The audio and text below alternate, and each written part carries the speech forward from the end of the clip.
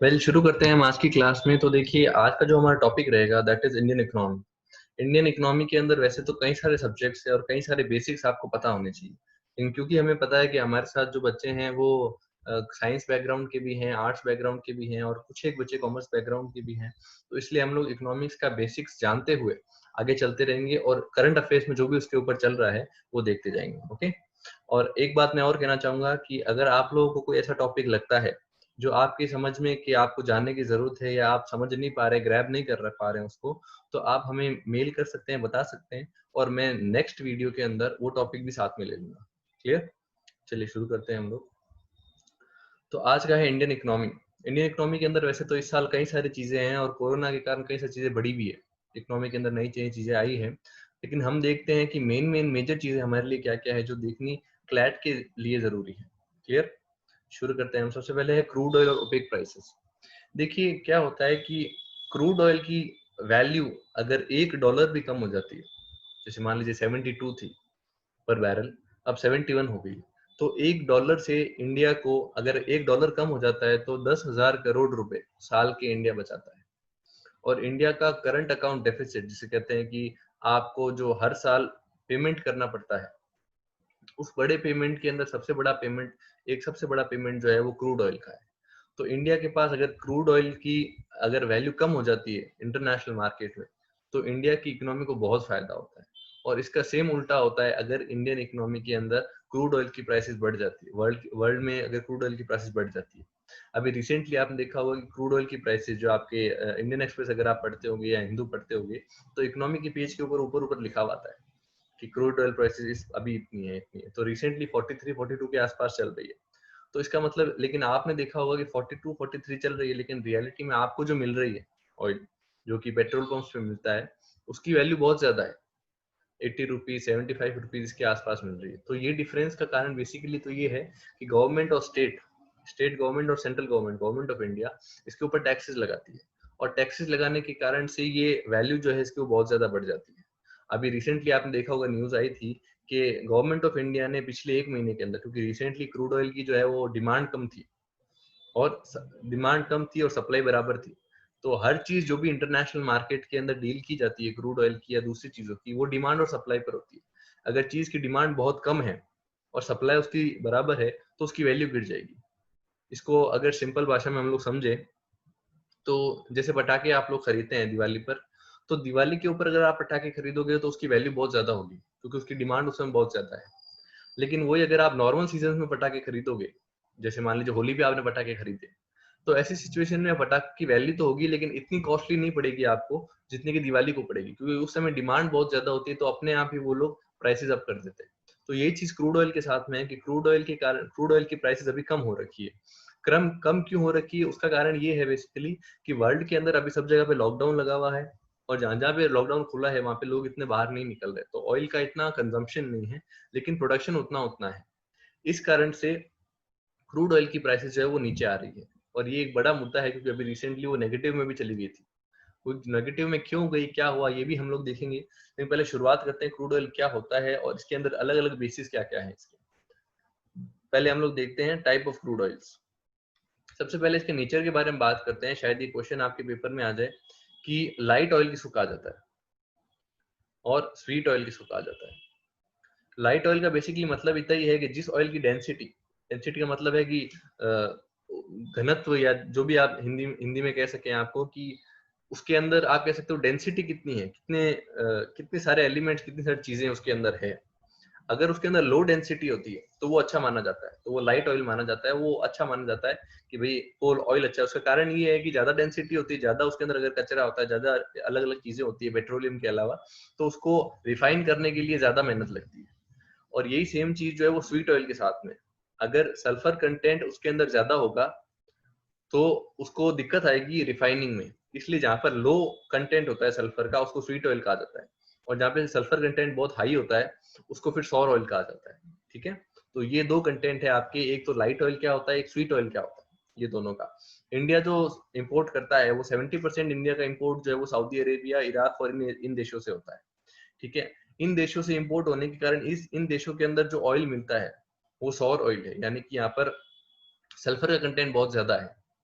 अच्छा नहीं है। वही अगर आप अगर यूरोप के ऊपर जो नॉर्दर्न सी है वहां देखोगे, या फिर अमेरिका का ये जो टेक्सास है, वेस्टर्न टेक्सास से जो ऑयल आता है, तो वो देखोगे तो वो स्वीट ऑयल है, क्लियर। लेकिन इंडिया के जो है ये एरिया पास में पड़ता है, इसलिए शिपमेंट का खर्चा इतना बच जाए और गवर्नमेंट ऑफ इंडिया को ज्यादा खर्चा ना लगे शिपमेंट का, इसलिए हम लोग जो है वो सारा सऊदी अरेबिया से, इराक से और इन देशों से ही मंगाते हैं। ठीक है, आगे चलते हैं हम लोग प्लेस ऑफ अवेलेबिलिटी से। देखिए वैसे तो दुनिया में कई जगह पर जो पेट्रोलियम मिलता है, इंडिया में भी मिलता है, मुंबई हाई पे मिलता है, आसाम के अंदर दिगबोई है वहां पे मिलता है, लेकिन वो इतने एम्पल अमाउंट में नहीं है। सबसे ज्यादा जहाँ पे मिलता है वो बेसिकली 3 जगह पर है। तो इसलिए इन लोगों ने अपने अपने जो क्रूड ऑयल मिलता है उनका अपना अपना खुद का नाम रखा हुआ है। जैसे वेस्टर्न टेक्सास इंटरमीडिएट, ये है नॉर्थ अमेरिका का। नॉर्थ अमेरिका के अंदर जो जो ऑयल मिलता है बेसिकली वो भी स्वीट है और लाइट है, दोनों है, तो मतलब काफी हाई क्वालिटी का ऑयल जो है वो वहां पर आपको मिलेगा। सेकेंडली अगर आप देखोगे तो दुबई, दुबई और ओमान, ये मैंने आपको बता ही दिया कि ये जो यहाँ का जो ऑयल होता है वो सौर ऑयल है। वो हालांकि वेस्टर्न टेक्सास या ब्लेंड जैसा नहीं है, लेकिन फिर भी सॉइल जो है वो, ये ऑयल जो है वो हम लोग मंगाते हैं क्योंकि हमारी कॉस्ट बचती है इसके अंदर, हम लोग को शिपमेंट इतनी दूर ले जाना नहीं पड़ता और बहुत पास में है Saudi Arabia as compare to America या फिर नॉर्दर्न सी। ठीक है, ये बात है। फिर ब्लेंड ब्लेंड है, ये बेसिकली नॉर्दर्न सी का है। नॉर्दर्न सी यानी कि आपका जो आप कह सकते हो यूरोप के अंदर फ्रांस के ऊपर जो जगह है, यूके के पास में, ये जो सी बनी हुई वहां पे 2 सी है, एक बाल्टिक सी है और एक ये है नॉर्दर्न सी। तो इस एरिया के अंदर जो पेट्रोलियम निकलता है उस पेट्रोलियम को जो है वो नॉर्दर्न सी का ब्रेंट ब्लेंड कहते हैं। और इस एरिया के अंदर भी ऑयल जो है वो काफी अच्छी क्वालिटी का है, क्लियर। आगे चलते हैं हम लोग अब ओपेक पर।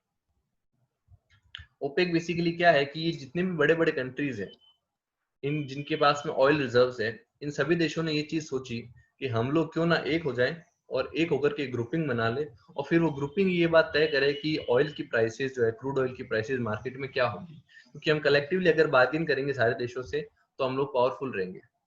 तो एज सच इन लोगों ने एक देश तो नहीं, आप कह सकते हो कि ऑर्गेनाइजेशन बनाई, और उस ऑर्गेनाइजेशन के अंदर ये जो आप देख रहे हो मैप के अंदर, ये 13 कंट्रीज उसके अंदर है।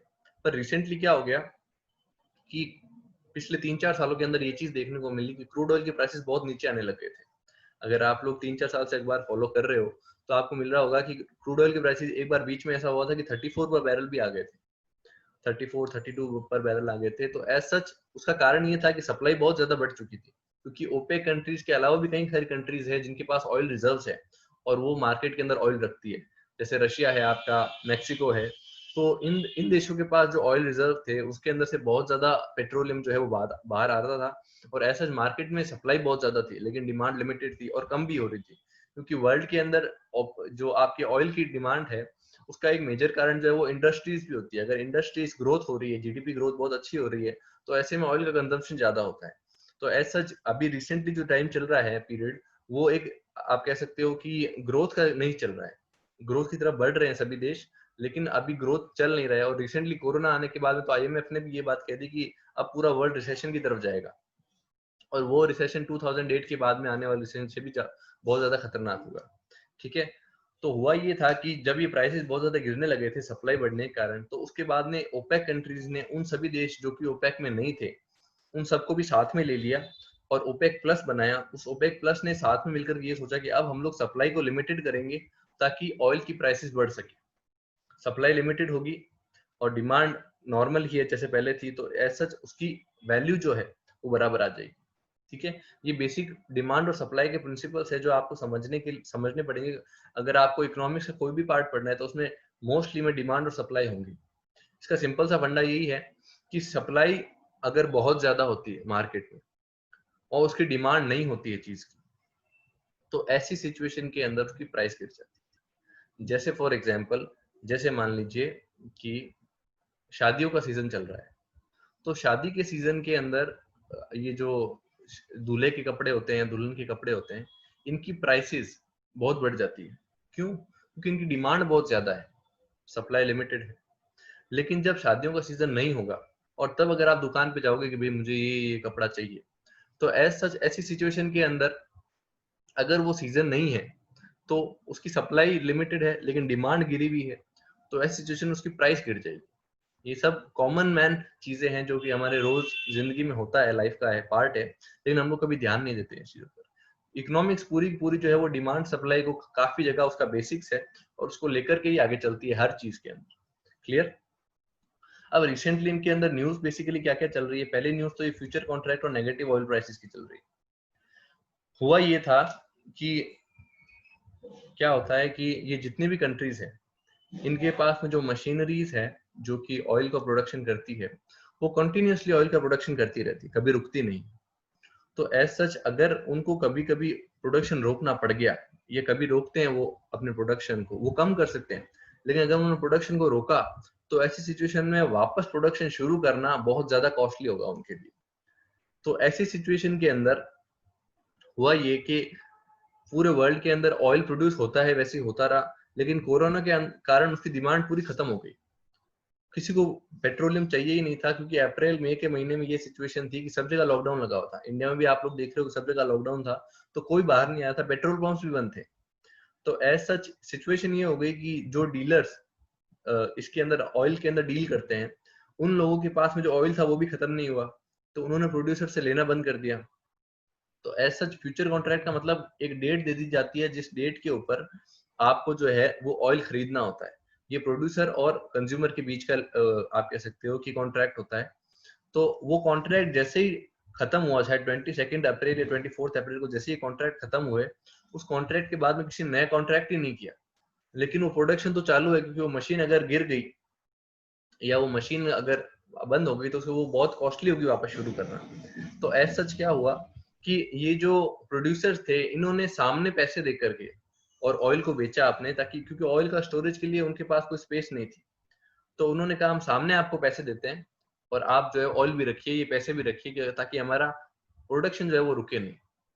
तो इसलिए प्राइसेस नेगेटिव में चले गए। नेगेटिव का मतलब ये है, पॉजिटिव में का मतलब क्या होता है कि आप पैसे दे रहे हो और ऑयल ले रहे हो। नेगेटिव में प्राइस जाने का मतलब क्या होता है, आप पैसे भी दे रहे हो और ऑयल भी दे रहे हो। क्लियर? तो ये चीज है।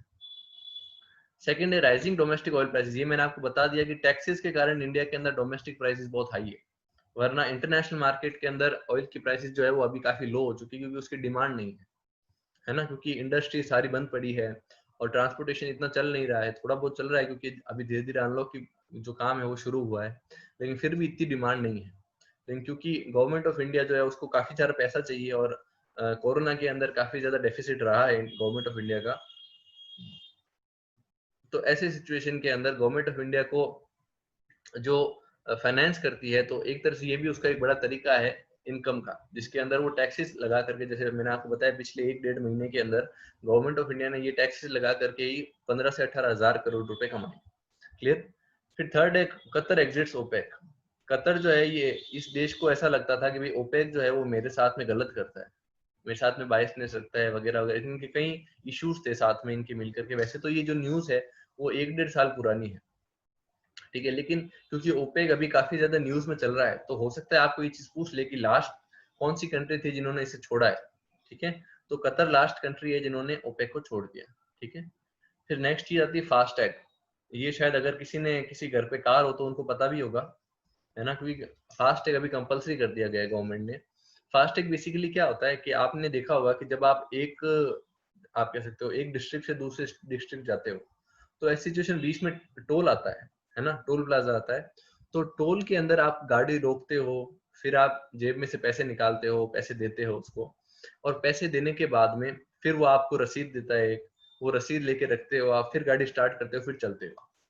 तो गवर्नमेंट ऑफ इंडिया ने जो है, और उसका जो गवर्नमेंट ऑफ इंडिया की जो एक मिनिस्ट्री है, मिनिस्ट्री हाईवे के लिए, इंफ्रास्ट्रक्चर के लिए, उन्होंने क्या किया कि उन्होंने एक नई टेक्नोलॉजी जो है, जो कि एफडी, ये जो रेडियो फ्रिक्वेंसी है, उसको काम में लिया। उन्होंने क्या किया कि एक टैग बनाया, एक कार्ड बनाया, फास्टैग कहते हैं उसको। वो कार्ड के ऊपर जो है वो क्यूआर कोड होएगा, ये देखिए इसके अंदर दिया हुआ भी है आपके, वेरी गुड, देखिए इसमें क्यूआर कोड होएगा। ये क्यूआर कोड को वहां पर जो लगी हुई होगी, ये देखिए यहाँ पे जो रेडियो फ्रीक्वेंसी लगी हुई है, ये जैसे ही सामने से कार आ रही होगी, ये इसको डिटेक्ट कर लेगा और अपने आप ही आपके अकाउंट में से पैसे कट जाएंगे। फास्टैग का जो आपका अकाउंट होगा बैंक से जुड़ा हुआ, उससे अपने आप ही पैसे कट जाएंगे और आपको जो है वो गाड़ी रोकने की जरूरत नहीं। जैसे ही पैसे कट जाएंगे अपने आप ये जो गेट है ये खुल जाएगा और गेट खुलने के बाद अपने आप ही आप गाड़ी निकल जाएगी। ठीक है, तो ये एक बहुत एडवांस टेक्नोलॉजी है जिससे कारण जो है वो काफी कोशिश की जा रही है कि अभी इंडिया जो डिजिटल इंडिया जो है वो बन सके, और उसके लिए एक बड़ा आप कह सकते हो कि एक बहुत अच्छी चीज है। ठीक है ना, आगे चलते हैं हम। इससे अच्छा इसमें ये चीज ध्यान रखिएगा कि ये डिफरेंट व्हीकल्स के लिए डिफरेंट डिफरेंट है इंडिया के अंदर, है ना, ये चीज भी ध्यान रखिएगा। 7 कलर्स है इसके अंदर और हर 5 साल तक वैलिड है। ठीक है, एक चीज और हमें ध्यान में रखनी है इसके अंदर, व्हीकल्स के अंदर अभी आपने देखा होगा BS4 व्हीकल, BS6 व्हीकल्स ये अभी चल रहा है। तो BS4 BS6 ये सब क्या चीज है बेसिकली, तो ये पॉल्यूशन से रिलेटेड है, इकोनॉमी से कम रिलेटेड है, पॉल्यूशन से ज्यादा रिलेटेड है। इसके अंदर क्या होता है कि जैसे जैसे BS का लेवल बढ़ता जाता है, BS1 2 3 4 5 6 लास्ट है, तो BS6 जो होता है वो बहुत कम पोल्यूटिंग होता है। उसके अंदर सल्फर कंटेंट कह दो या नाइट्रोजन कंटेंट जो कि एक गाड़ी छोड़ती है, पोल्यूट करती है एनवायरनमेंट को, उसका लेवल बहुत ज्यादा कम होता है। रिसेंटली गवर्नमेंट ऑफ इंडिया ने जो है वो BS6 जो सुप्रीम कोर्ट ने भी और गवर्नमेंट ऑफ इंडिया ने भी BS6 व्हीकल जरूरी कर दिए थे अप्रैल 1 2020 से, कि भाई जितने भी व्हीकल्स होंगे वो सब के सब BS6 व्हीकल्स होंगे और उससे नीचे के व्हीकल्स नहीं होंगे। BS5 पहले रखने वाले थे ये कि भाई 2020 में BS5 व्हीकल्स होंगे, लेकिन क्योंकि दिल्ली के अंदर पोल्यूशन देखते हुए उन लोगों ने क्या किया, इसको बढ़ा दिया कि अब जो है वो सीधे ही हम लोग जंप करेंगे BS4 व्हीकल से BS6 व्हीकल पर। आपने देखा होगा कहीं व्हीकल्स के ऊपर लिखा हुआ होता है, जैसे अगर आप बीकानेर जोधपुर इन डिस्ट्रिक्ट में देखोगे तो मोस्टली गाड़ियों के ऊपर आपको BS4 व्हीकल्स लिखा हुआ दिखेगा। क्लियर, तो ये चीज भी ध्यान रखिएगा, शायद आपके पेपर में पूछी जा सके। मैंने इसके अंदर टॉपिक इसलिए इंक्लूड नहीं किया क्योंकि ये इंडियन इकोनॉमी के अंदर नहीं है, ये इंडियन एनवायरमेंट का पार्ट है। क्लियर, चलते हैं हम लोग आगे। अब ये है IL&FS क्राइसिस। ये थोड़ा सा टॉपिक को आपको समझने के लिए थोड़ा सा ध्यान देना होगा। IL&FS बेसिकली क्या है कि एक non banking financial company. Non banking financial company का मतलब क्या होता है कि ऐसी कंपनी जो दूसरों को लोन देती है, फाइनेंस करती है, पर बैंक नहीं है। समझ रहे हो आप, बैंक जो होता है उसका बेसिकली RBI के साथ कनेक्शन होता है, वो लोगों से पैसा लेती है और लोगों को ही पैसा लोन देती है। NBFC का ये नहीं है, NBFC किसी से पैसा लेती नहीं। NBFC क्या करती है कि NBFC खुद के पैसों से लोन देती है। ठीक है, NBFC फाइनेंस करती है लोगों को, कंपनियों को। तो IL&FS जो ये थी, ये बेसिकली इंफ्रास्ट्रक्चर प्रोजेक्ट जो होते थे 10-15 साल लगते थे, जैसे कोई हाईवे बन रहा है मान लीजिए, फॉर एग्जाम्पल बता रहा हूँ, तो उनके अंदर वो लोग इन्वेस्ट करते थे कि भाई आप हाईवे बनाइए, हम आपको पैसे देंगे और बदले में इसका जो डिविडेंड आएगा बाद में जब हाईवे बन जाएगा उसके ऊपर टोल लगेंगे और उससे जो इनकम आएगी तब उस इनकम के अंदर इसका पार्ट होता था। तो IL&FS जो था बेसिकली एक कोर इन्वेस्टमेंट कंपनी थी जो कि बड़ी बड़े इन्वेस्टमेंट करती थी, 10-15 साल के बड़े बड़े इन्वेस्टमेंट करती थी, और नॉन बैंकिंग कंपनी थी, नॉन बैंकिंग फाइनेंशियल कंपनी। ठीक है, बैंक और फाइनेंशियल कंपनी के बीच में आपको फर्क पता चल गया होगा। तो एज सच हुआ ये कि ये कंपनी जो थी इसके अंदर ये चीज चल रही थी कि ये उसके पास खुद के पास जो अपनी मनी का सोर्स था वो कम होता जा रहा था, तो ये लोन लेकर के और आगे लोन दे रही थी। अब जो ये लोन ले रही थी, या आप कह सकते हो कि लोगों से पैसा उधार ले रही थी, वो तो था 7-8 साल के लिए, और जो टर्म के लिए ये लोन दे रही थी या जिस टर्म के लिए इन्होंने इन्वेस्टमेंट किया था वो था 12-15 साल का। तो ऐसा शॉर्ट टर्म लोन लेकर के ये लॉन्ग टर्म के लिए लोन देती थी। तो इसके पास में पेमेंट करने की कैपेसिटी खत्म हो गई कब, जब इसके शॉर्ट टर्म लोन्स की आप कह सकते हो कि डेट आ गई, खत्म होने की डेट आ गई, जिस दिन इनको पेमेंट करना था उसकी डेट आ गई। अब इससे क्या हुआ, ये चीज गौर से सुनिएगा, जैसे ही इसने पेमेंट नहीं किया मार्केट के अंदर, इसका पहला पेमेंट का जो आप कह सकते हो अमाउंट था वो था 1000 करोड़। जैसे इसने 1000 करोड़ का पेमेंट नहीं किया मार्केट के अंदर, अब इनको इसको जिसको भी पेमेंट करना होगा वो भी अपने आप में कोई NBFC होगी या कोई बैंक होगा जिससे इन्होंने पैसा लिया होगा। तो ऐसा जैसे इन्होंने उससे पैसा लिया और जैसे ही उसके अंदर से पैसा लेकर के वो लोगों ने वापस नहीं दिया, तो पैसा नहीं देने से क्या हो गया कि मार्केट के अंदर जो 1000 करोड़ थे उसकी कमी हो गई। मार्केट के अंदर पहले पैसे थे, लेकिन IL&FS ने जब पैसे नहीं दिए, या IL&FS नहीं कहते मेरे पास पैसे नहीं है क्योंकि मेरे पैसे तो 10-15 साल बाद आएंगे, तो ऐसा मार्केट में जो पैसे की कमी हो गई उसी कारण से बाकी लोगों के पास में भी पैसों की क्राइसिस हो गई, क्योंकि जिनका भरोसा ये था कि भाई हमारे पास जो IL&FS से पैसे आएंगे उस पैसे से मैं आपको पेमेंट कर दूंगा, तो ऐसा पूरे मार्केट के अंदर ही जो है वो करेंसी की जो है आप कह सकते हो कि कमी हो गई। तो उस कारण से IL&FS जो है वो एक बड़ा मुद्दा बन गया। दूसरी चीज ये भी है कि बैंक्स जितने भी है वो बैंक्स एक लिमिटेड अमाउंट में पैसा अपने पास रखते हैं, और उस लिमिटेड अमाउंट के जो पैसे हैं उन्हीं से वो लोगों को लोन भी देते हैं। तो ऐसा हुआ ये कि जब बैंक के पास में जब आईएलएफएस का पैसा वापस नहीं आया, तो बैंक्स के भी ये दिक्कत हो गई कि बैंक ने भी दूसरों को लोन देना और जो है वो कम कर दिया, क्योंकि बैंक के खुद के पास में कैश नहीं है, तो वो लोगों को कैसे लोन देता। तो एज सच एक नहीं बल्कि ब्रॉड कई सारे लोगों में, कई सारे लेंडर्स में और पूरे मार्केट के अंदर पैसों की क्राइसिस हो गई। तो ये आईएलएफएस का था। आईएलएफएस का बेसिकली ये तो आप कह सकते हो कि कारण थे। बाकी जो मेजर मेजर इसका शेयर होल्डिंग अभी चेंज हो गई है, ये जो क्रूड फैक्ट्स है इसके बारे में, ये आप देख लीजिए कि एलआईसी में अब इसके जो शेयर होल्डर्स है उसके अंदर एलआईसी है। अभी जैसे ही इसके अंदर इतने क्राइसिस हुए उसके बाद में जो है वो काफी चेंजेस किए गए इसके अंदर, गवर्नमेंट ने मिलकर के, आरबीआई ने मिलकर कई चेंजेस किए इसके अंदर। तो ये चेंजेस में क्या था कि इसकी शेयर होल्डिंग भी चेंज कर दी गई, कि अब इसके शेयर होल्डर कौन है उनको भी चेंज कर दिया गया। इसमें ये भी देखने की बात है कि आरबीआई ने 2015 में ये बात कह दी थी कि इसके अंदर जो काम चल रहा है आईएलएफएस के अंदर वो सही नहीं है। इसके अंदर ये शॉर्ट टर्म में पैसे लेकर के और लॉन्ग टर्म के अंदर उधार दे रहा है। तो ये आगे चल करके शायद पूरे इंडिया में एक क्राइसिस लेके आ सकता है, ऐसी एक रिपोर्ट आरबीआई की है। लेकिन उसके बावजूद भी इसके ऊपर कोई एक्शन नहीं लिया गया, और ऐसा इसके अंदर से इतना बड़ा दिक्कत हो गई, मार्केट में पैसों की क्राइसिस हो गई। उसके बाद में गवर्नमेंट ऑफ इंडिया ने खुद ने इंटरवेंशन किया इसके अंदर और काफी चीजें करी। ठीक है, तो आपके पे क्वेश्चन ये पूछा जा सकता है कि भाई एक तो रीजन क्या था नॉन पेमेंट का। तो एक तो असेट लायबिलिटी मिसमैच, मैंने आपको बता ही दिया कि पैसे लिए जो थे वो तो कुछ साल के थे और देने जो थे वो बहुत जल्दी थे। सेकेंडली क्या, स्ट्रक्चरल डिफॉल्ट। स्ट्रक्चरल डिफॉल्ट जो मैंने आपको बताया, आरबीआई ने जो कहा था कि यहाँ पर जो स्ट्रक्चर है मैनेजमेंट का, वो इस बात को लेकर के ध्यान ही नहीं दे रहा है कि उनको क्या करना चाहिए, वो कैसे पैसों का आप कह सकते हो कि इंतजाम करेंगे, क्या चीज करेंगे जिससे उनके पैसे जो है वो शॉर्ट टर्म का भी पेमेंट हो जाए और लॉन्ग टर्म का हो जाए। ऐसा उन्होंने कुछ भी नहीं किया। ठीक है, तो ये स्ट्रक्चरल डिफॉल्ट थी। उसके बाद में ये है कि इसका इफेक्ट क्या क्या हुआ। तो इफेक्ट हम लोगों ने देखे इसके भी, मार्केट के अंदर डेब्ट जितने भी देने वाले थे उनकी दिक्कत हो गई, और बैंक्स के एनपीए बढ़ गए। एनपीए क्या होता है ये चीज देखते हैं हम लोग। एनपीए का मतलब ये होता है नॉन परफॉर्मिंग एसेट्स।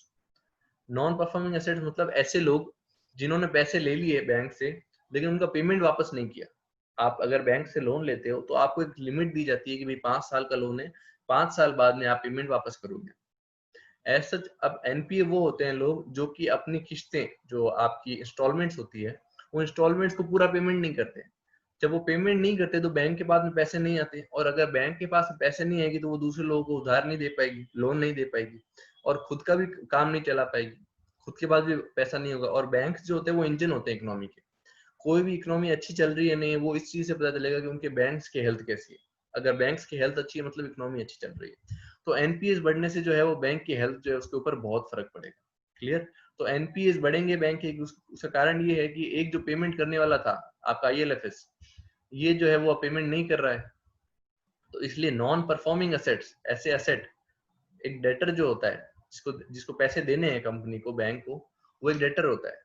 तो अगर वो एक असेट होता है बैंक के लिए कि भाई मेरे को इससे कुछ मिलेगा, असेट होता है। तो ऐसा असेट जो परफॉर्म नहीं कर रहा है उसको कहते हैं नॉन परफॉर्मिंग असेट।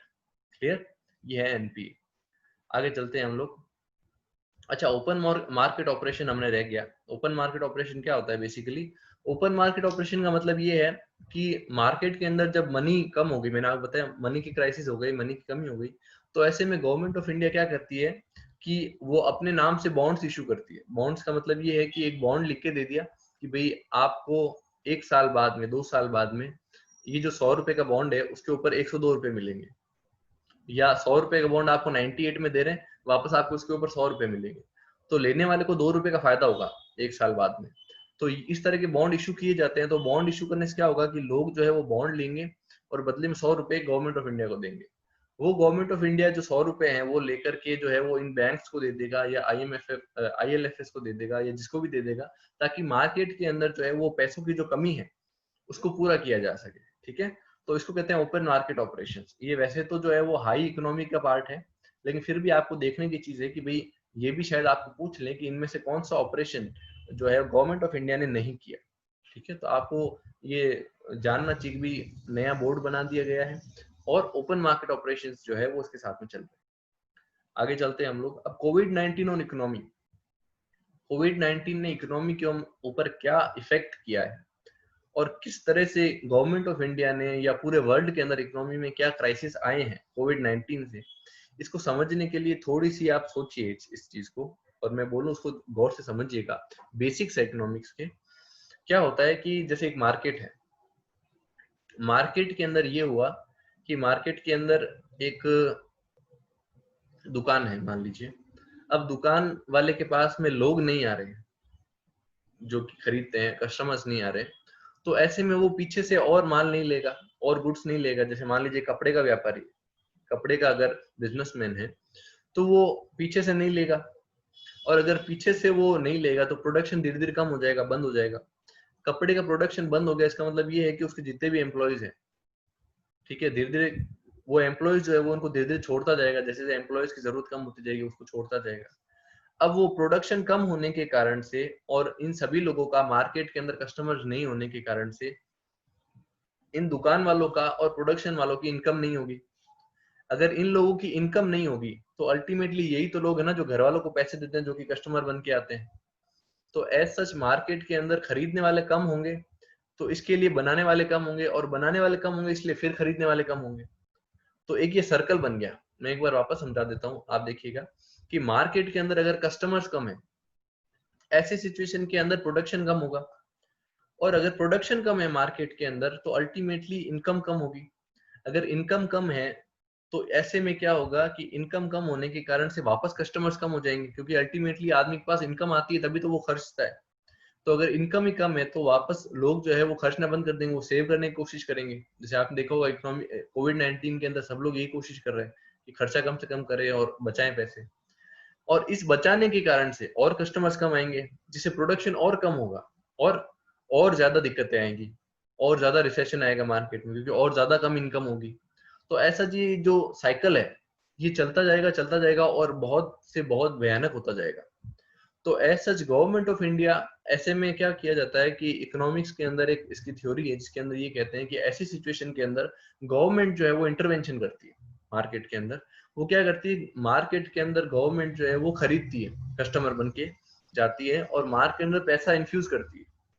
जैसे मान लीजिए कि लोग जो है वो खरीद नहीं रहे हैं, तो गवर्नमेंट ऑफ इंडिया ने क्या किया कि गवर्नमेंट ऑफ इंडिया खुद गई मार्केट के अंदर और उसने क्या किया कि चीजें खरीदनी शुरू कर दी। तो चीजें खरीदनी एक बार गवर्नमेंट ने शुरू कर दी। गवर्नमेंट ऐसे नहीं करती कि वो 5 रुपए की चीज खरीद ले, 10 रुपए की चीज खरीद ले। वो सीधा गवर्नमेंट जो है वो मार्केट के अंदर 10,000, 20,000, 50,000 करोड़ जो है वो इन्फ्यूज करती। तो एज सच प्रोडक्शन वाले जो है वो, उनको एक कस्टमर मिल गया। तो ऐसे क्या होता है, प्रोडक्शन वाले को कस्टमर मिल जाता है तो वो जो है वो प्रोड्यूस करते हैं, उनको बेचते हैं, तो उनकी इनकम होती है। उनकी इनकम वापस घर वालों के पास जाती है जो कि वापस कस्टमर बन के आते हैं अल्टीमेटली। तो ऐसा वो जो एक सर्कल बना हुआ था उसको ब्रेक कर दिया जाता है।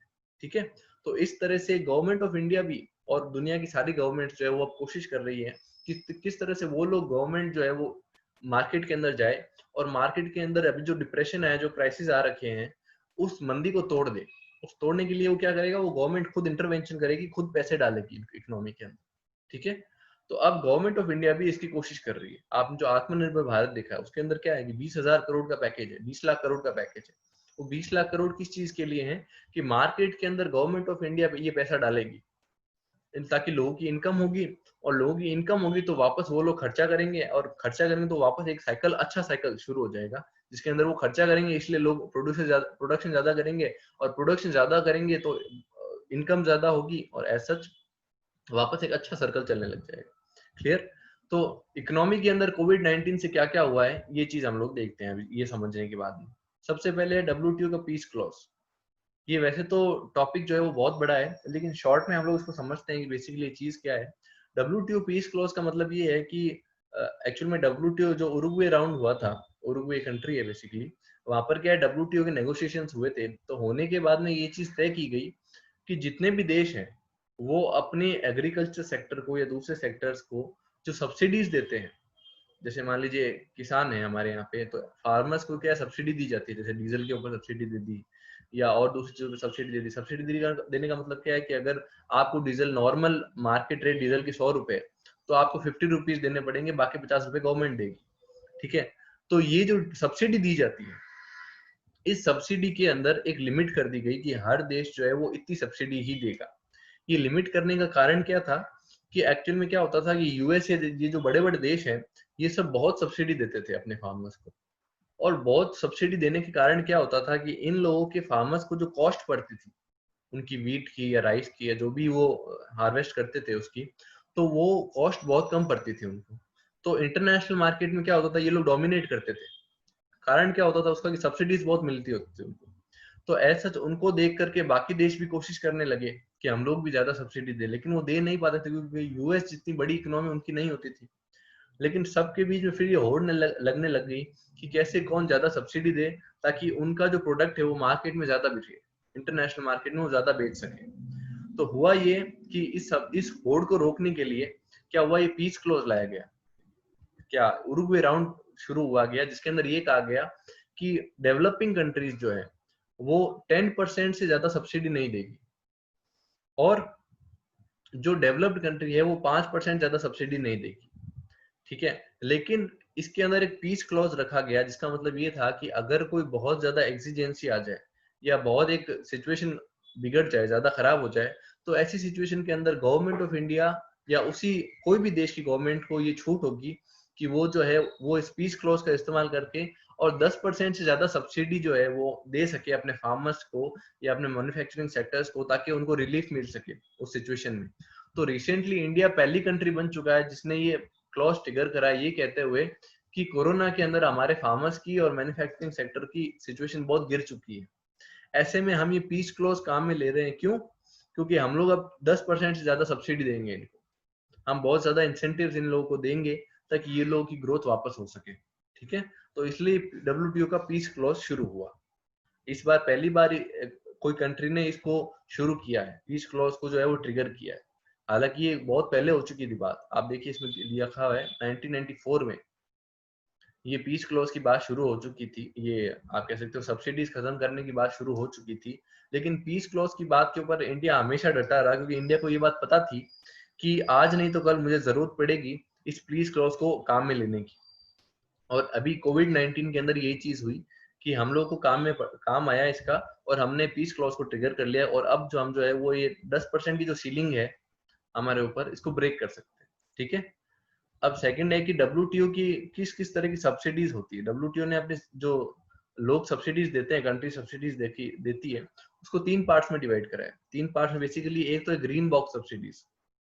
ग्रीन बॉक्स सब्सिडीज मतलब ऐसी सब्सिडीज है जो कि मार्केट को जो है वो डिस्ट्रॉय नहीं करती। मैंने आपको बताया था कि वो लोग जो है वो सब्सिडी ज्यादा दे देते थे तो इसलिए उनकी वैल्यू कम हो जाती थी या उसकी कॉस्ट कम हो जाती थी, तो इसलिए अमेरिकन गुड्स या कह सकते हो वहाँ का वीट या राइस जो भी है वो इंटरनेशनल मार्केट में इजीली बिक जाता था, क्योंकि कोई भी देश ये चाहेगा ना कि उनको कम से कम कॉस्ट के अंदर चीज मिले। तो एज सच ये इस तरह की सब्सिडीज होती। तो वो जो सब्सिडीज है जिनके अंदर ये सब कुछ बिगड़ जाता है मार्केट का, वो एम्बर बॉक्स सब्सिडीज होती है। ठीक है, एएमएस कहते हैं उसको। और जिन सब्सिडी से कुछ बिगड़ता नहीं है और जिन सब्सिडी से ग्रोथ बढ़ती है और इस तरह का कंपटीशन में कोई दिक्कत नहीं आती, उनको ग्रीन बॉक्स सब्सिडीज कहते हैं। जैसे मान लीजिए आपने रिसर्च में पैसा लगाया कि भी एग्रीकल्चर रिसर्च के अंदर पैसा लगाते हैं ताकि नई तरीके की फसल जो है वो गवर्नमेंट को मिल सके और या किसानों को मिल सके। जैसे कॉटन, बीटी कॉटन के बारे में आपने नाम सुना होगा कि बीटी कॉटन जो है, पहले क्या होता था कि जो नॉर्मल की कॉटन की जो आपकी हार्वेस्ट होती थी तो उसके अंदर कई ऐसे इस तरह के आप कह सकते हो वॉर्म्स होते थे जो कि उसको खा जाते थे, ऐसे कीड़े कह सकते हो आप, तो उसको खा जाते थे। बीटी कॉटन आने के बाद में ये फायदा हो गया कि वो जो पिंक बॉल वॉर्म वगैरह ये जितने भी हैं ये इसको खा नहीं पाते। और अभी जो रिसेंटली आ रहा है वो इससे भी आप कह सकते हो बीटी कॉटन से भी एक बड़ी क्वालिटी जो है वो अब इंडिया में आ रही है धीरे धीरे, जिसका अभी अप्रूवल नहीं मिला है गवर्नमेंट की तरफ से, लेकिन उसका काम शुरू हो चुका है। ठीक है, तो ये सब जो सब्सिडी जो रिसर्च की जाती है वो ग्रीन बॉक्स सब्सिडीज में आती है, जो कि मार्केट को स्पॉइल नहीं करती है लेकिन फायदा करती है एग्रीकल्चर सेक्टर को।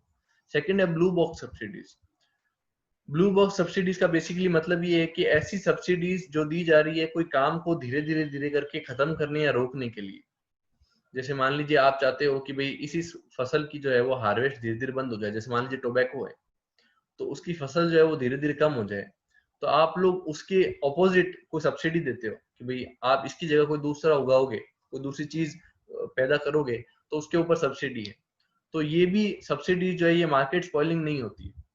ये भी इसका भी WTO ये बात कहता है कि ये सब्सिडीज भी आप दे सकते हो, इसमें भी कोई दिक्कत नहीं है। लेकिन ये जो सब्सिडी आप डायरेक्ट देते हो, जो डीजल के ऊपर दे दी आपने, या फिर टोटल मार्केट जो उनकी प्राइसेस हुई उनके ऊपर दे दी, जिसका कंपटीशन के अंदर इंटरनेशनल मार्केट में फर्क पड़ता है, तो वो एम्बर बॉक्स सब्सिडीज होती है। और इसके ऊपर ये जो 10% वाला क्लॉज है ये बेसिकली यहाँ लगता है। क्लियर? आगे चलते हैं हम लोग। अब है special drawing rights. Special drawing rights का बेसिकली मतलब क्या होता है कि IMF ने 5 बड़ी बड़ी कंट्रीज जो है उनकी जो करेंसी है उनको ले लिया, उनको इकट्ठा कर लिया और उनको मिला करके और एक जो है एक यूनिट बना लिया, मेजर करेंसी बना लिया उसको। मतलब करेंसी नहीं कह सकते उसको आप, एक असेट क्रिएट कर लिया, ऐसा कह सकते हो कि इन 5 करेंसी की एक पर्टिकुलर वैल्यू एक साथ में रख ली और उससे एक असेट क्रिएट कर लिया जिसका नाम रख दिया स्पेशल ड्राइंग राइट्स। अब किसी के पास स्पेशल ड्राइंग राइट एक है, एक स्पेशल ड्राइंग राइट अगर किसी के पास है, SDR1 है, तो इसका मतलब ये हुआ कि उसके पास एक लिमिटेड अमाउंट के डॉलर, यूरो, येन, चाइनीज रेमनेबी और ब्रिटिश पाउंड है, एक लिमिटेड अमाउंट के ये है। ठीक है, तो ये एक तरह से आप कह सकते हो यूनिट बन गया मेजरमेंट का।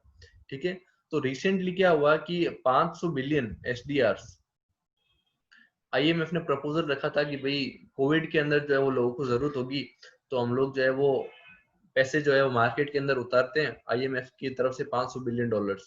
लेकिन इंडिया ने और US ने दोनों ने इसके ऊपर मना कर दिया। उनका ये कहना था कि भाई आप ये अगर मार्केट में उतारोगे तो उससे बाकी करेंसीज की वैल्यू पर बहुत फर्क पड़ेगा और आपको ऐसा नहीं करना चाहिए। खैर वो डीप इकोनॉमिक्स हो जाएगी, उसके अंदर हमको नहीं जाना है। बाकी इतना हमको ध्यान में होना चाहिए कि SDRs क्या है। ठीक है, तो SDR बेसिकली क्या है, 5 मेजर करेंसीज को लेकर के हमने एक करेंसी बना ली है, ऐसा समझ लीजिए। हालांकि इसको करेंसी कहना गलत है, लेकिन फिर भी समझने के लिए आप ये बात समझ लीजिए, आप कह सकते हो कि 5 करेंसी को मिला के मैंने एक करेंसी बना ली। ठीक है, और इनकी वैल्यू जो है वो हर 5 साल में चेंज होती है, हर 5 साल में रिव्यू की जाती है, चेंज करने की जरूरत है तो चेंज की जाती है। क्लियर? IMF और वर्ल्ड बैंक एक साथ बने थे, ठीक है, ब्रेटन वुड्स एग्रीमेंट में, इसलिए इसको ब्रेटन वुड्स सिस्टर्स भी कहा जाता है। ठीक है, और इसका हेडक्वार्टर्स कहाँ, ये चीज जरूर देखिएगा आप, क्योंकि IMF और वर्ल्ड बैंक के हेडक्वार्टर्स कई बार क्लैट में पूछे जा चुके हैं और पूछे जाते हैं। ठीक है, तो वॉशिंगटन के अंदर है, ये चीज देख लीजिएगा आप। उसके बाद में आगे देखते हैं हम लोग, एक ये रैपिड क्रेडिट फैसिलिटी। ये 3 तरह की फैसिलिटीज होती है जिससे IMF जो है वो लोगों को लोन देता है। Rapid credit facility basically low income countries जो होती है उनको अगर बैलेंस ऑफ पेमेंट में उनके अगर बहुत ज्यादा शॉर्टेज हो जाती है इनकम में, तो ऐसी सिचुएशन में इस तरह की फाइनेंसिंग काम में आती है जिसके अंदर बहुत सारे पैसे एक साथ में दिए जाते हैं और लो इनकम कंट्री जो कि पुअर कंट्रीज है उनको दिए जाते हैं। रैपिड फाइनेंसिंग इंस्ट्रूमेंट का मतलब ये है कि बहुत सारे फील्ड्स के अंदर अगर आपको जो कि आप कह सकते हो फाइनेंसिंग की जरूरत है कोई देश को, तो ऐसी सिचुएशन में रैपिडली उन स्पेसिफिक एरियाज के अंदर पेमेंट किया जाता है। और ये इसके जितना रैपिड नहीं होता, क्योंकि यहाँ पर तो एक्सिजेंसी ये होता है कि पेमेंट करने के लिए पैसे ही नहीं होते, तो IMF से जो पैसे आते हैं वही आगे काम में। जैसे रिसेंटली पाकिस्तान जो है उसको जो है बहुत ज्यादा पैसे की जरूरत थी, क्योंकि वो अपने ऑयल का पेमेंट करने के लिए भी पॉसिबल नहीं था उसके लिए, तो वो चीज नहीं है। रैपिड फाइनेंसिंग इंस्ट्रूमेंट का मतलब ये है कि कई सारे सेक्टर्स के अंदर कोई देश को पैसे लगाने हैं, तो ऐसे में वो अगर पैसे लेकर के लगाता है तो उसके वो किस इंस्ट्रूमेंट से लेगा, तो वो रैपिड फाइनेंसिंग इंस्ट्रूमेंट से लेगा। थर्ड है कैटास्ट्रोफिक कंटेनमेंट। ऐसे ये जैसे इबोला था या अभी रिसेंटली कोविड-19 है, तो इसके अंदर जो पेमेंट IMF करता है जिससे कि सभी लोगों को रिलीफ मिले और पैसे दिए जाए उन लोगों को, तो ये जो चीज है ये इसके अंदर होती है। इसके अंदर कोई स्पेसिफिक देश को या कोई चीज को नहीं दिया गया है, कोई बड़ी एक्सिजेंसी होती है जिसके अंदर पूरे वर्ल्ड में दिक्कत आती है, तो ऐसे में, या वर्ल्ड के नहीं तो वर्ल्ड के एक पार्ट में दिक्कत आती है कोई एक बड़ी घटना के कारण, तो ऐसी सिचुएशन में ये थर्ड इंस्ट्रूमेंट काम में आता है। ठीक है, फिर बात आती है आत्मनिर्भर भारत की। मैंने अभी रिसेंटली आपको कहा कि भाई जब मार्केट के अंदर एक ऐसी सिचुएशन आ जाती है जहां पर पैसा नहीं होता किसी के पास में, तो ऐसे में गवर्नमेंट पैसा इन्फ्यूज करती है ताकि वो जो चेन है वो ब्रेक हो सके। ऐसी सिचुएशन में वो चेन को ब्रेक करने के लिए ये आत्मनिर्भर भारत जो है इसको शुरू किया गया है। आत्मनिर्भर भारत के वैसे तो और भी कई सारे इश्यूज है और कई सारे और भी अलग कारण है, लेकिन ये एक मेजर कारण है कि ताकि वो जो चेन बन चुकी है उसको ब्रेक किया जा सके। ठीक है, अब आत्मनिर्भर भारत और इंपोर्ट सब्स्टिट्यूशन दोनों अलग अलग चीजें हैं। आत्मनिर्भर होने का मतलब तो ये है कि आप जो है वो ईज ऑफ डूइंग बिजनेस बढ़ा रहे हैं। जैसे मान लीजिए कोई इंडिया के अंदर एफडीआई आ रहा है, बाहर से कोई कंपनी आ रही है यहाँ पर अपनी फैक्ट्री लगाने के लिए, तो आत्मनिर्भर भारत के अंदर हम लोग क्या करेंगे, उसको इजी करेंगे कि कैसे उसको जो है वो ज्यादा दिक्कतें नहीं हो और वो बहुत आराम से सारा काम कर सके अपना। तो उसे कहते हैं आत्मनिर्भर भारत। ठीक है। इम्पोर्ट सब्स्टिट्यूशन का मतलब ये है कि हम वर्ल्ड से जो है वो कोई ट्रेड नहीं करेंगे, हम सब कुछ अपने आप ही करेंगे सारा कुछ, और किसी को अंदर आने नहीं देंगे, सारा काम हमारा खुद ही करेंगे। ठीक है। आजकल देशों में ये चीज देखने को मिल रही है कि वो लोग एक दूसरे को मना कर रहे हैं कि वो लोग उस देश में नहीं है। तो जैसे आपने देखा होगा चाइना और यूएस का जो ट्रेड वॉर चल रहा है, उसके अंदर ये चीज है कि ये एक दूसरे के ऊपर सैंक्शंस लगा रहे हैं कि भाई ये कैसे भी हमारे देश के अंदर नहीं है। आत्मनिर्भर भारत का इंपोर्ट सब्स्टिट्यूशन मतलब नहीं है। इसका मतलब सिंपली ये है कि इंडिया के अंदर ईज ऑफ डूइंग बिजनेस किस तरह से बढ़ाया जा सके, हमारे जो यहाँ के लोग हैं उनका भी ईज ऑफ डूइंग बिजनेस बढ़ाया जा सके, और बाहर से जो एफडीआई आएगी उसका भी ईज ऑफ डूइंग बिजनेस बढ़ाया जा सके। तो इसके अंदर जो है कई सारी जगहों पे, कई सारे सेक्टर्स में, लगभग हर सेक्टर के लिए कुछ ना कुछ दिया गया है। जैसे इंडस्ट्रियल सेक्टर के लिए बेसिकली बड़ी चीज क्या है कि कोल की माइनिंग पहले जो है वो सिर्फ गवर्नमेंट की जो पब्लिक सेक्टर कंपनी है सिर्फ वो करती थी, और जो प्राइवेट सेक्टर कंपनीज करते थे उनको सिर्फ अपने काम के लिए वो आप कह सकते हो माइनिंग करने अलाउड थी। जैसे मान लीजिए कोई कंपनी जो है वो इलेक्ट्रिसिटी बनाती है, तो ऐसे में सिर्फ वो उस इलेक्ट्रिसिटी के लिए ही कोल जो है एक्सट्रैक्ट करके और काम में ले सकती थी। अभी उसको पूरा कमर्शियल कर दिया गया है, अब वो कंपनी जो है वो ले सकती है और बाद में आगे बेच भी सकती है, उसमें कोई दिक्कत नहीं है। वो पूरी तरह से कोल को कमर्शलाइज करने की तरफ जा रहे हैं हम। ठीक है। और इसमें दूसरी चीज है revenue sharing mechanism. Revenue sharing mechanism का मतलब क्या होता है कि पहले गवर्नमेंट ऑफ इंडिया क्या करती थी कि अगर आपको कोई खान दी गई है, कोई माइन दी गई है, तो उसके अंदर स्पेसिफिकली एक आप कह सकते हो कि अमाउंट थी जो आपको हर महीने गवर्नमेंट ऑफ इंडिया को देनी होती थी। ठीक है। तो ये एक आप कह सकते हो पार्टनरशिप थी उस प्राइवेट फर्म में और गवर्नमेंट ऑफ इंडिया के बीच में। इससे क्या होता था कि एक आप कह सकते हो कि उनके सिर के ऊपर ये रहता था कि भाई हमको महीने के एंड में भले कितना भी प्रोडक्शन हो, तो हमने इतना पेमेंट करना पड़ेगा। लेकिन अब वो छूट दे दी गई है, अब हो गया रेवेन्यू शेयरिंग मैकेनिज्म। इसका मतलब क्या होता है कि रेवेन्यू जितना आपके पास आता है उसका एक पर्टिकुलर फिक्स परसेंटेज आपको गवर्नमेंट ऑफ इंडिया को देना पड़ेगा। ठीक है। तो ये उससे काफी थोड़ा इजी कर दिया गया है। सेकंड है civil aviation sector. Civil aviation का मतलब ये है कि जो आपके एरोप्लेन वगैरह है उसको सिविल एविएशन सेक्टर कहते हैं। उस सेक्टर को बढ़ाने की कोशिश की जा रही है। पहले क्या होता था कि अभी तक इंडिया के अंदर सिर्फ 60% ऐसा एरिया है जिसके अंदर नॉर्मल प्लेन्स फ्लाई कर सकते हैं। अब उसको धीरे धीरे बढ़ाया जा रहा है। बाकी जो जैसे आप कह सकते हो बॉर्डर एरियाज का है या दूसरी ऐसी जगह है जहाँ पर नहीं उड़ाया जा सकता है, उनको धीरे धीरे हटाया जा रहा है और इनको भी, इसकी भी जो ईज ऑफ डूइंग बिजनेस है उसको बढ़ाया जा रहा है। ठीक है। ये चीज है। फिर फोर्स मेजर क्लॉज है। फोर्स मेजर क्लॉज का मतलब ये है कि नेचर ने ऐसा काम कर दिया है, नेचर के कारण एक ऐसी आप कह सकते हो कि प्रॉब्लम आ चुकी है जिससे कोई भी लाइबिलिटी पूरी करना, कोई भी किसी भी आप कह सकते हो कि जो एग्रीमेंट के जो दो पार्टनर्स होते हैं उनके दोनों का ही कोई भी लाइबिलिटी को पूरा करना जरूरी नहीं रह जाता उसके बाद में। ठीक है। तो ये जो रेरा है ये बेसिकली रियल एस्टेट के लिए एक एजेंसी है। तो इसने फोर्स मेजर क्लॉज को रख दिया है ताकि, इसका कहने का मतलब ये है कि कोई भी अगर कंपनी अपना रियल एस्टेट का काम पूरा नहीं कर पा रही है कोविड के कारण से, तो उसको जो है उसके अंदर कोई लाइबिलिटी उसकी नहीं होगी कि उसने काम इतने इतने समय में पूरा क्यों नहीं किया। ठीक है। सेकंड है टॉप से टोटल। एग्रीकल्चर सेक्टर का टॉप बेसिकली क्या था कि टमाटो, ऑनियन और पोटैटो, पहले इनकी जो प्राइसेस थी उनको गवर्नमेंट ऑफ इंडिया बहुत ध्यान से देखती थी, और अगर कैसे भी इनकी प्राइसेस में कोई दिक्कत आती थी तो गवर्नमेंट इसमें इंटरवेंशन करती थी। लेकिन अब गवर्नमेंट ने ये कहा है कि सिर्फ टॉप की प्राइसेस नहीं बल्कि टोटल, यानी टोटल मतलब जितने भी वेजिटेबल्स है, जितने भी फ्रूट्स है, उन सबको हम लोग ध्यान में रखेंगे और सिर्फ टॉप को ध्यान में रखेंगे, क्योंकि एग्रीकल्चर सेक्टर को भी बहुत धक्का लगा है इस चीज में, और ऐसे में प्राइसेस फ्लक्चुएट ज्यादा हो सकती है। ठीक है। फिर मत्स्य संपदा योजना बेसिकली जो है ये फिशर्स के लिए है।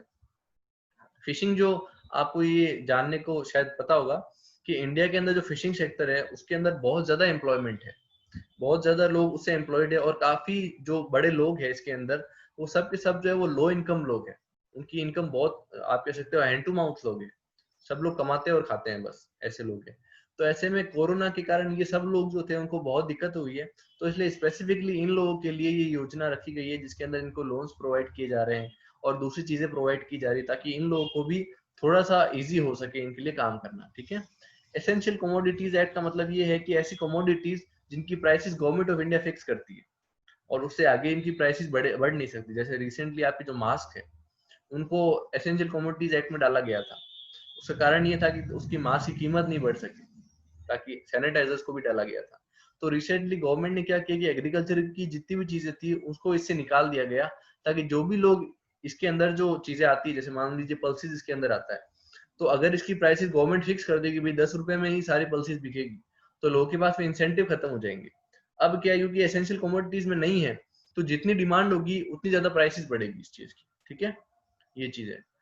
तीसरी है animal disease control programme. India में क्या है बेसिकली कि एग्रीकल्चर जो सेक्टर है उसके अंदर जितने भी लोग हैं वो सबके सब लोग जो है, आप कह सकते हो कि मोस्टली लोगों के पास में मेजर काम जो है उसके अंदर, स्पेसिफिकली जो लो इनकम एग्रीकल्चर फार्मर्स है उनके पास में मेजर इनकम का उनका जो कारण है, वो कारण उनके बेसिकली एनिमल्स है। और मिल्क जो देने वाले एनिमल्स है वो मेजर कारण है। उनके अंदर अभी रिसेंटली क्या दिक्कत चल रही है कि ये जो दो बीमारियां हैं, ब्रुसेलोसिस और फुट एंड माउथ डिजीज, इसके कारण से उनकी जो माउथ डिजीज है ये काफी बढ़ चुकी है, ये जो डिजीज है वो काफी बढ़ चुकी है, तो इस कारण से उनमें काफी दिक्कतें आ रही है। ठीक है, तो इसको सही करने के लिए ये प्रोग्राम चालू किया गया है। आगे हम देखते हैं एजुकेशन रिफॉर्म्स में। तो एजुकेशन रिफॉर्म में कई सारे नई नई सर्विसेज चालू करी गई, जैसे ई संजीवनी पोर्टल है, स्वयं प्रभा पोर्टल है, या पाठशाला है, ई पाठशाला है। ये बेसिकली सब ऑनलाइन कोशिश की गई है कि किस तरह से ऑनलाइन इन सब लोगों को, जितने भी लोग हैं उनको एजुकेशन या हेल्थ फैसिलिटीज प्रोवाइड की जाए। ठीक है, फिर अर्बन पुअर के लिए one nation one ration card है।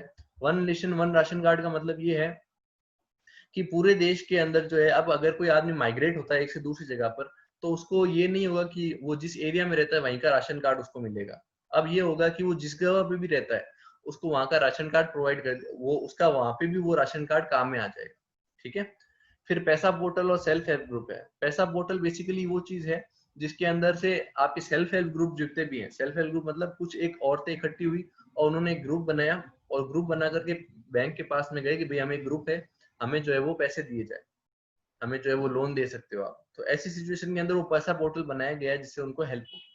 ठीक है, तो वैसे तो इसके अंदर और भी टॉपिक्स हैं, लेकिन आज क्योंकि मुझे लग रहा है कि काफी ज्यादा हो चुका होगा, इसलिए हम लोग इसमें स्टॉप करेंगे, और कल जो है वो आगे इसका और लेंगे हम लोग। ठीक है, तो थैंक यू फॉर दिस।